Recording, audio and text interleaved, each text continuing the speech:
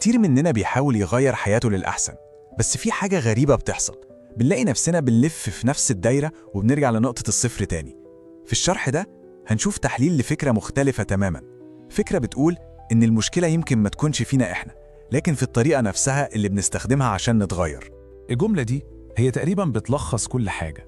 الفكرة مش إننا محتاجين حلم أكبر أو طموح أعلى، لأ، الفكرة إننا محتاجين نظام عملي، حاجة مستمرة نقدر نمشي عليها. يعني نظام ما يقعش مننا أول ما الحماس يقل أو نحس بشوية تعب. طيب عشان نفهم قوة الأنظمة دي لازم الأول نعرف ليه الطريقة اللي معظمنا ماشي بيها بتفشل. خلينا كده ندخل ونحلل اللي بنسميه دايرة الأهداف المكسورة، ونشوف ليه النمط ده محبط وبيتكرر عند ناس كتير قوي. السيناريو ده غالبا مألوف، بتبدأ بموجة حماس والهام، فبنروح حاطين هدف ضخم، بنفضل متحمسين أسبوع يمكن أسبوعين، بعدين الحياة بتبدأ تتدخل بضغوطاتها، الشغل بيتراكم، المشاعر بتتغير، وبنوصل لمرحلة إرهاق تام، وفي الآخر بنبدأ نلوم نفسنا على الفشل بدل ما نفكر يمكن الطريقة نفسها هي اللي غلط. وهنا بقى النقطة المحورية اللي بتغير كل حاجة. التحليل ده بينقل اللوم من كونه فشل شخصي لمشكلة في الأداة اللي بنستخدمها. يعني بدل ما نقول أنا فشلت بنقول الأداة دي مش فعالة. ببساطة المشكلة مش فينا، المشكلة في النظام اللي بنستخدمه. طيب بما إن المشكلة في النظام يبقى لازم نفهم أصلاً يعني إيه نظام. دلوقتي خلينا نشوف الفرق الجوهري بين كلمة هدف وكلمة نظام، لأن ده هو مفتاح التحول في طريقة التفكير دي كلها. المقارنة دي بتوضح الفكرة قوي. الهدف ده عامل زي أمنية بنكتبها على ورقة، هو الوجهة اللي عايزين نوصل لها. لكن النظام هو الهيكل العملي في يومنا، هو العربية أو المركبة اللي هتوصلنا فعلا للوجهة دي. من غير مركبة الوجهة هتفضل بعيدة. والجملة دي بتلخص الفكرة بمنتهى الدقة. يعني النتائج اللي بنوصلها في حياتنا مش بتتحدد بعظمة طموحاتنا وأحلامنا، لأ، دي بتتحدد بقوة وثبات العادات اللي بنعملها كل يوم. النظام اليومي بتاعنا هو اللي بيحدد مصيرنا في النهاية. تمام قوي. الكلام النظري ده جميل ومقنع، بس ازاي نطبقه على أرض الواقع؟ لو الأنظمة هي الحل، يبقى السؤال الطبيعي هو ازاي الواحد يبدأ يصمم نظام خاص بيه، نظام يشتغل معاه هو فعلا ويكون مناسب لظروفه وحياته. وده السؤال المهم اللي بيجي في بالنا كلنا. نبدأ منين؟ ايه هي أول خطوة عملية نقدر ناخدها فعلا؟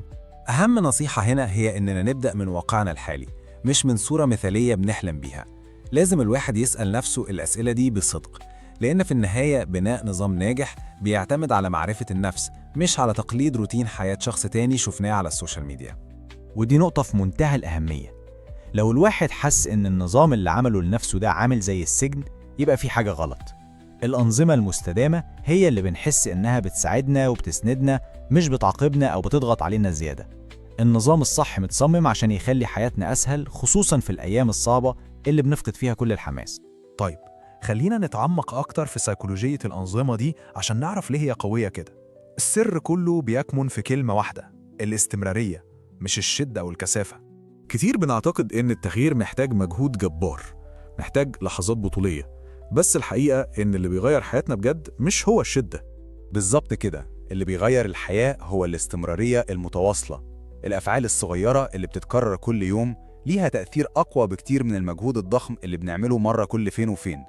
وهنا في تشبيه قوي جدا، فكروا فيها كده. كل اختيار بنعمله في يومنا مهما كان صغير هو بمثابة تصويت بنصوت بيه لنوعية الحياة اللي عايزين نعيشها. الأفعال اليومية دي مش حاجات تافهة، دي هي الطوب اللي بنبني بيه هويتنا ومستقبلنا، طوبة فوق طوبة. والموضوع ده ليه أساس علمي، في زي محرك زخم بيولوجي بيشتغل جوانا. لما بنخلص أي مهمة صغيرة المخ بيكافئنا بهرمون اسمه الدوبامين، فبنحس بإحساس الفوز أو الانتصار الصغير ده. الإحساس ده بيولد طاقة ورغبة في الاستمرار، وهو ده اللي بيبني الزخم يوم ورا يوم. وده بيوصلنا للنقطة الأخيرة والأهم في تحليل النهاردة كله، إننا لازم نصغر ساحة المعركة. بدل ما نحاول نكسب حرب العمر كله مرة واحدة، نركز بس على إننا نكسب معركة النهاردة. الحقيقة إن عقلنا البشري مش مصمم عشان يشيل وزن وهموم حياة كاملة في يوم واحد، هو مصمم عشان يتعامل مع تحديات يوم بيومه. محاولة إصلاح كل حاجة مرة واحدة بتسبب إرهاق وشلل تام عن أي فعل. عشان كده بدل ما نسأل أسئلة كبيرة ومرهقة عن المستقبل، السؤال الأبسط والأكثر فاعلية هو النهاردة محتاج مني إيه؟ تركيزنا لازم يكون على الحاضر، على الخطوة اللي نقدر نعملها دلوقتي وبس. وممكن نطبق الفكرة دي بسهولة بقاعدة اسمها الشيء الواحد. نسأل نفسنا كل يوم: إيه هو القرار الصحي الواحد اللي ممكن أخده النهاردة؟ إيه هو القرار المالي الذكي الواحد؟ إيه هو الشيء الواحد اللي ممكن أعمله عشان أحس بالسلام؟ مش مطلوب نغير كل حاجة، مطلوب بس ناخد خطوة واحدة صح النهاردة. ونختم بالجملة دي اللي بتلخص كل اللي قلناه: الحياة اللي بنعيشها هي في النهاية نتاج الحاجات اللي بنكررها معظم الوقت، مش الحاجات اللي بنعملها من وقت للتاني. التكرار والاستمرارية هم اللي بيشكلوا الواقع بتاعنا في النهاية.